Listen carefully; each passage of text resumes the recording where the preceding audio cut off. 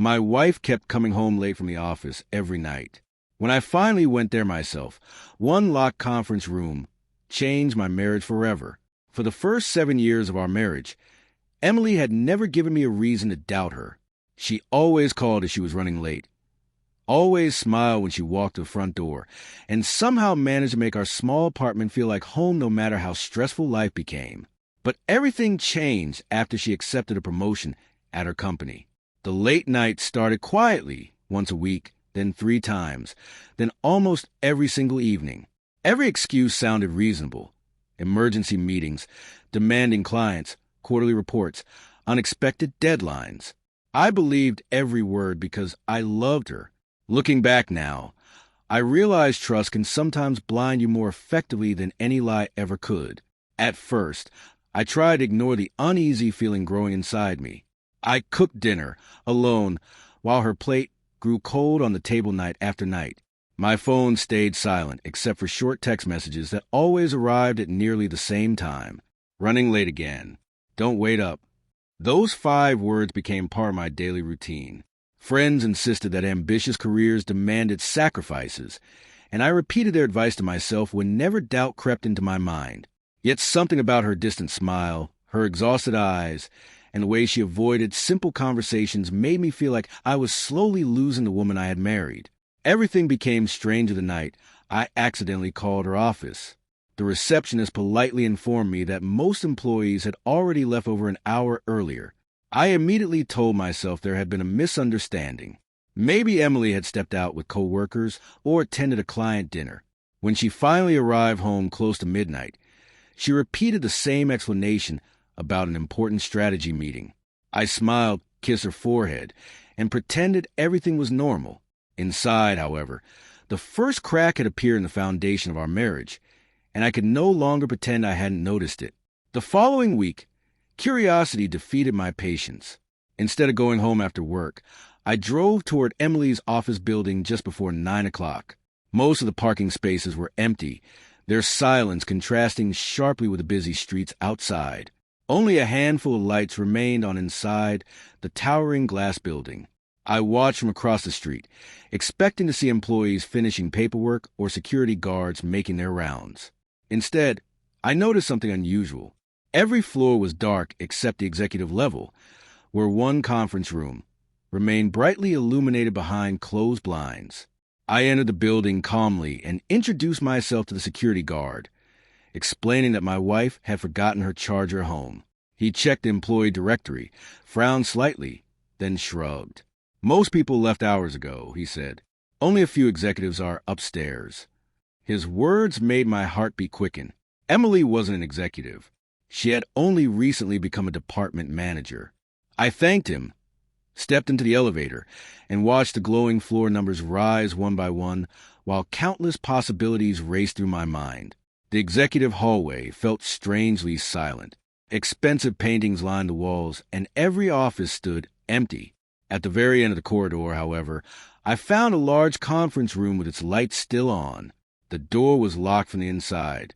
Soft voices drifted through the thick wooden panels. But I couldn't distinguish the conversation. Then I heard laughter, Emily's unmistakable laugh. My hand froze on the doorknob. My pulse thundered in my ears as hundreds of terrible scenarios flashed through my imagination. Every late night, every unanswered question, every suspicious excuse suddenly seemed connected by one invisible thread. Just as I considered knocking, the conference room door slowly opened. Emily stepped outside first. Behind her stood her company president, 2 senior directors, and several unfamiliar investors dressed in expensive suits. She looked genuinely shocked to see me standing there. For a long second, nobody spoke. Then the company president smiled warmly and extended his hand. "You must be Daniel," he said. "Emily talks about you constantly. Congratulations. You've almost ruined the biggest surprise we spent 6 months preparing." Confused, I stared at Emily, unable to process what I had just heard. She looked relieved rather than guilty. Before I could ask a single question, one of the directors placed a thick, confidential folder into my hands. Across the front cover were the words, "Project Horizon, Confidential Acquisition Proposal." My wife quietly whispered, Please, just let me explain everything before you assume the worst. I opened the folder, expecting business documents. Instead, the very first page contained my own photograph beside the words that completely changed everything I thought I knew about my marriage.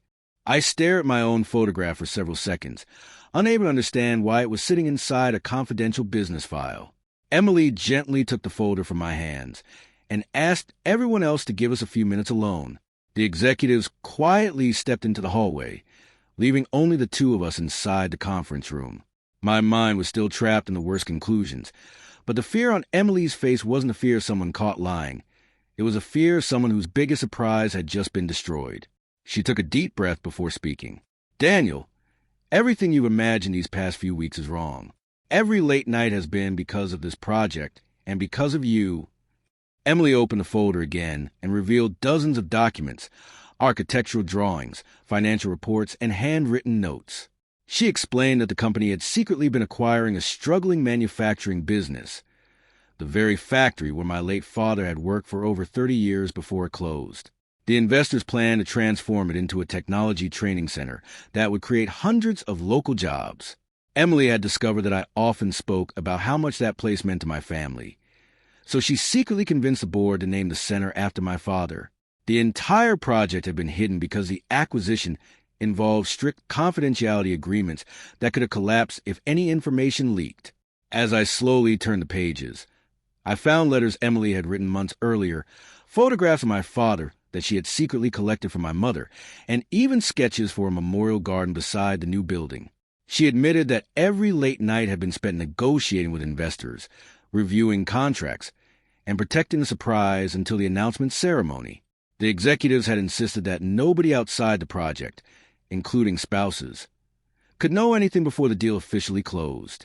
She had hated lying to me every evening, but breaking the confidentiality agreement would have destroyed months of work and possibly cost hundreds of future jobs. Before I could fully absorb her explanation, one of the investors hurried back into the room with an anxious expression. His phone was pressed tightly against his ear. "We have a serious problem," he announced. "Someone has leaked confidential acquisition documents online." The atmosphere instantly changed. The celebration everyone had been preparing for disappeared in seconds. Emily's face turned pale as every executive rushed toward their laptops. If the leak was genuine, the entire project could collapse before sunrise. I realized this mystery had been much bigger than our marriage all along. Security cameras were reviewed, while emergency meetings began around us. Every employee who had access to the confidential files became a potential suspect. Emily remained calm despite the pressure, carefully explaining every step of the project to investigators. Then one of the directors noticed something unusual in the digital access records. The leaked documents had been downloaded from Emily's employee account shortly after midnight 2 nights earlier. Every eye in the room turned toward her. I could see the shock in her expression because she knew she had never opened those files at that time. For the first time that evening, I understood what real fear looked like. Emily insisted someone had stolen her login credentials, but suspicion spread quickly through the room. The company president reluctantly placed her on temporary administrative leave while the investigation continued. Watching the woman I loved become the prime suspect broke my heart. Instead of walking away, I stayed beside her. Together, we carefully reviewed every detail of the past several weeks. Then I remembered something that seemed insignificant at the time. A maintenance worker had once borrowed Emily's office access card after claiming he needed to inspect electrical wiring near her desk. Emily immediately realized that the incident had never been officially recorded. Security officers reviewed older surveillance footage and finally discovered the missing piece of the puzzle. The maintenance worker wasn't part of the building staff at all. He was an outsider using a fake uniform and forged identification. Hidden camera footage showed him secretly connecting a small device to Emily's office computer before disappearing without attracting attention. Hours later, cybersecurity experts confirmed that malicious software had copied confidential documents while also recording Emily's passwords. The evidence completely cleared her name. The real criminal had used her identity to hide his own theft and nearly destroyed both her career and one of the company's biggest projects. Several weeks later, The suspect was arrested while attempting to sell the stolen corporate information to a competing investment group.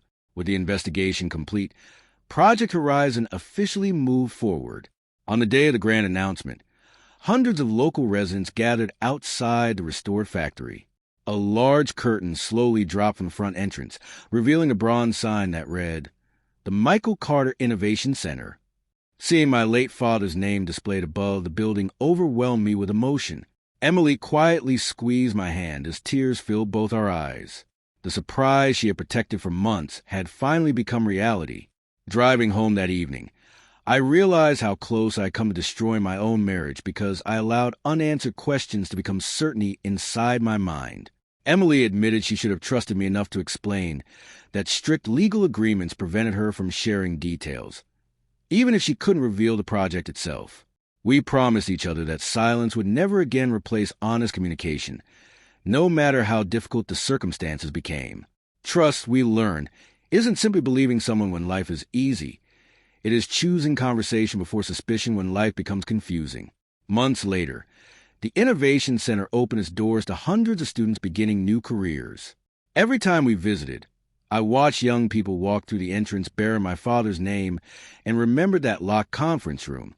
I had entered that hallway expecting to witness the end of my marriage.